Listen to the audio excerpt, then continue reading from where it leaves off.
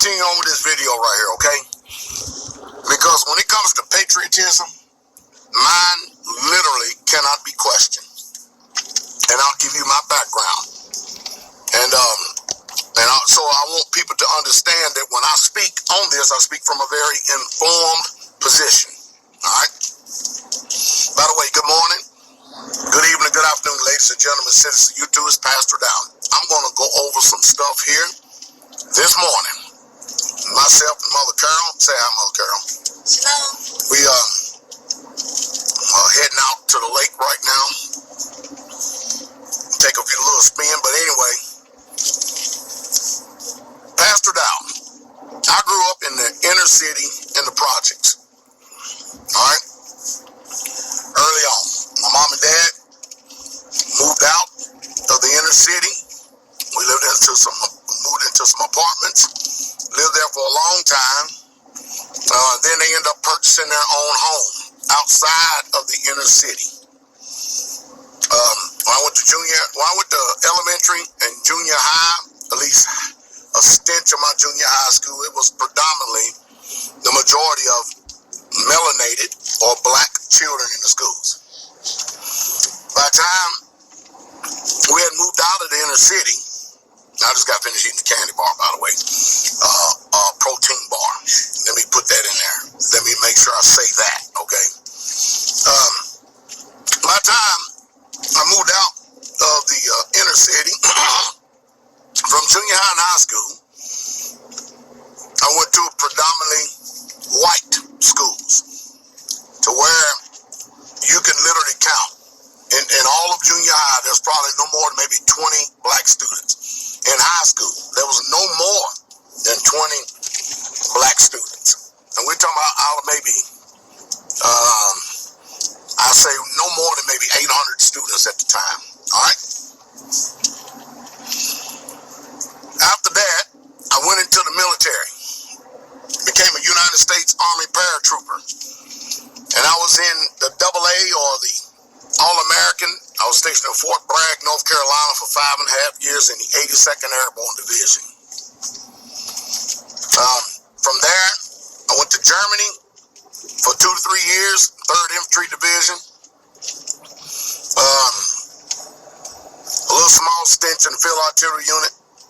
Came back to the United States of America, and I was in OP4, the Joint Readiness Training Center. I got out of the military as an E6 with 9-something years plus in as a staff sergeant. Got out of the military, worked as a manager in a retail store, and then I ended up on a route. Got out of that store, got on a route where I was making commission, working my rear end off, paying off all my bills and debt. My last few years in the military, I became a servant of Jesus Christ, the real Jesus Christ. Started keeping the commandments, and I will say, according to this world, which is not a mistake with me, was probably the biggest mistake I ever made in my life, which was a good mistake. I started reading the Bible for myself. And so, in this, I started reading the Bible. Of course, along with reading the Bible, using some self-autonomy, I come to realize and find out after becoming a student of the scripture, of the Bible, that a lot of things that is presented to us here in America are nothing more than fabricated, flat-out lies that has nothing to do with the real Jesus Christ, who was crucified, impaled on a tree, and died for the sins of his people. And I don't believe that all of the people in the world is his people. And the reason why I can say that, because now I am a very and an extremely informed pastor. What would you say, honey, after being with me all these years? Absolutely. All right? Growing more every day. I am next to the woman that's been with me since we both was 15 years old. We both are 54 right now. I'm getting ready to turn 55 here in 2 months. Be the Father's will. And the subject I'm getting ready to speak on is American racism. I just heard that the NFL is getting ready to play the black national anthem many, many times during the NFL season and including the playoffs. We're getting ready to see if racism really truly exists in America.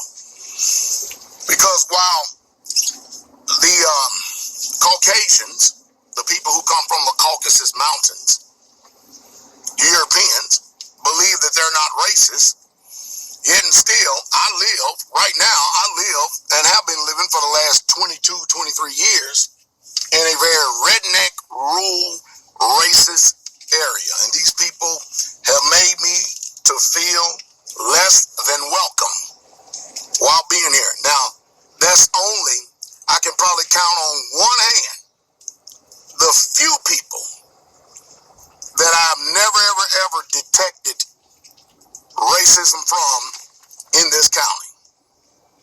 But for the majority as a whole, all of them are